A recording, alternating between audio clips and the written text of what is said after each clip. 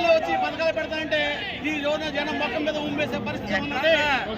అయితే నమ్మేది లేదండి, ఎవరు నమ్మేది లేదు. అయితే మీరు ఈ రానున్న ఎన్నికలు సిద్ధమేనా? మీరు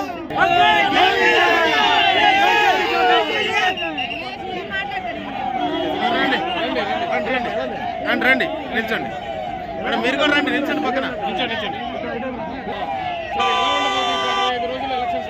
బ్రహ్మాండంగా ఉండబోతుంది. జగన్మోహన్ రెడ్డి గారు అత్యధిక ఓట్ల మెజారిటీతో ఎక్కువ సీట్లు సాధించి సీఎంగా జగన్మోహన్ రెడ్డి గారు సార్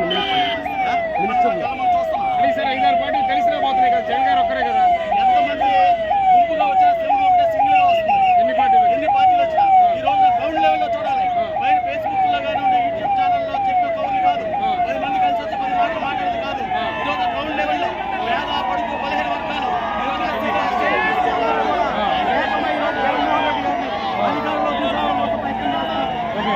అదే ఇప్పుడు ఈసారి పొత్తులతో భాగంగా జనసేన టీడీపీ కలిసిపోయింది, బలం పెరిగింది, బలగం పెరిగింది అంటారు కదా, ఏ విధంగా చూస్తారు? ఎందుకంటే గతంలో